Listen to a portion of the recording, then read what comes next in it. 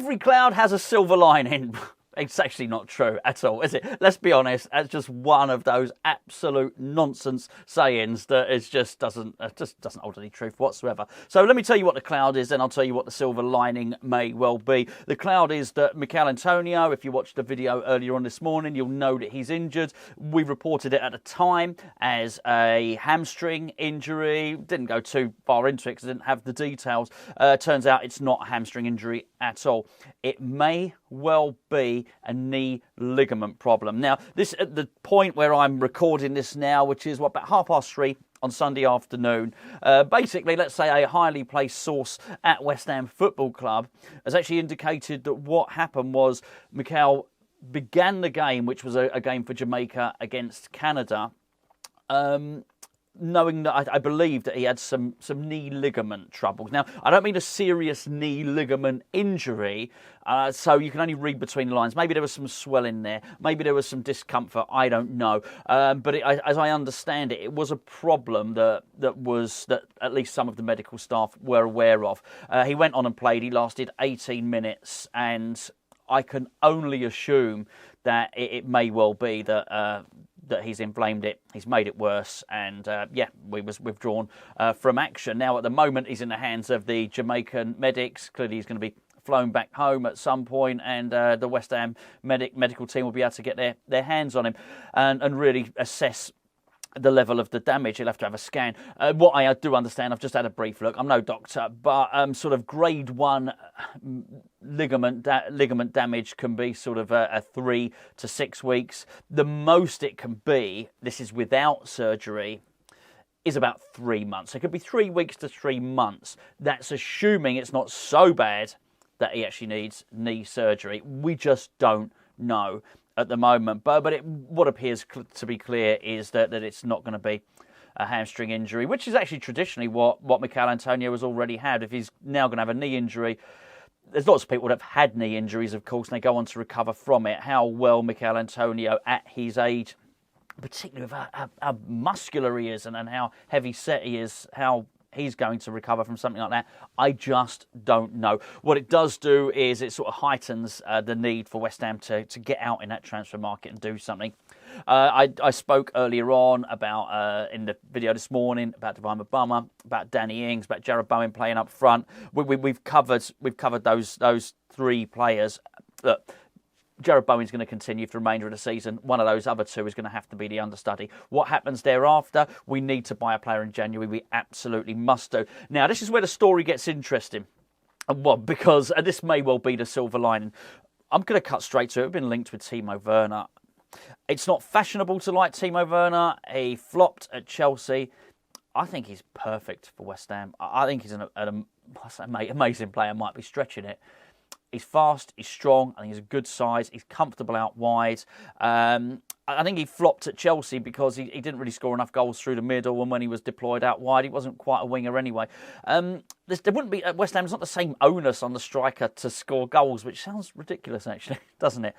But you've got to be able to operate all the way across that front line. You've got to be able to drift wide and be effective there, and hopefully be quick enough to stretch the opposition's defence. He's as quick as anyone. Now, he gets a little bit of stick because he's maybe not as clinical or as assassin-like as many would like their strikers to be, and he's not. He does waste a few chances. There's no doubt about that. I'll tell you what, though, he's a better finisher than Michail Antonio. So, I mean, there's no way that you could sort of convince me any other way that this would be an upgrade, and this guy would be suited to the job. I get sick of doing these videos and we end up discussing players who aren't suited to the role of striker at West Ham. This guy really is. I'm actually got my fingers crossed that there's some hope, and I've got some hope that there's some truth in this story. Apparently, the story come from ex-West Ham United employee, probably should say that. And apparently, X has said that he's looking to come back to the Premier League. He wants to return back to the Premier League. Look, he's an in the know. He's got good sources. Clearly, I really, really hope there's that this one turns out to be true. The other rumour that was doing the rounds today. This is, well, it's less exciting and I would imagine less likely to be true, and that is that West Ham are interested in Dominic Solanke. I don't mean in terms of the interest. I'm pretty sure we are interested in the player. Well, David Moyes is anyway. Was it first game of the season we played Bournemouth? I think it was. He was outstanding, wasn't he? Solanke against Nijvergerd. I thought he was. Probably Nijvergerd still having nightmares about it. You talk about someone suited to our system. He is. He absolutely is. He's big. He's strong. He's fast. All the things I've just discussed about Timo Werner could be applied to Dominic Solanke. I just think in terms of Werner, he's a sort of calibre above that, certainly. I'm quite pleased to hear that these two names being linked, actually. But what it does play into, I think certainly that Solanke would be somebody that Moyes would like. I think, let's just assume for argument's sake, that one of these two would be the player that we'd sign in January. And I know there are other names. I hopefully watched Gio's video a couple of days ago.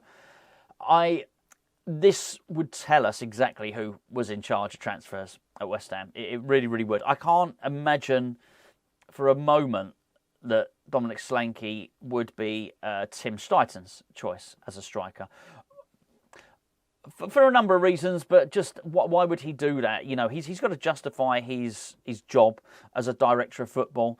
And the last thing he's going to want to do is start recommending players that we already knew about and that David Moyes was already chasing.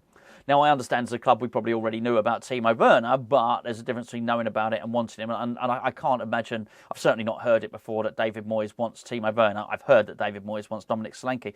So I think if we were to get Solanke, and I would be happy with that, by the way, I would be happy. I think we got to do something. And I think him coming in would be decent, would be a decent player for us. But I think it would tell us that Moyes is still running the show. It's really hard to know. We're hearing claims and counterclaims all the time about the recruitment structure at West Ham. And I think the other would be true of Timo Werner. I think if what we saw was Tim Steiten flying back on a jet with Timo Werner, then I think you could probably conclude that it was him that sorted out the deal. Of course, the one person he didn't fly back on a jet with was, of course, was James Ward-Prowse. Look, he could just drive up the M3, or I can go and collect him down the M3. It's very, very convenient for me. But if he really wanted to, he could have got a jet from Southampton Airport to the London City Airport. You could do that. How long would that take? About 10 minutes or something. I don't know. It wouldn't take very long at all, I'm sure. By the time you'd taken off, it'd be time to land again, wouldn't it, really? It's not very far.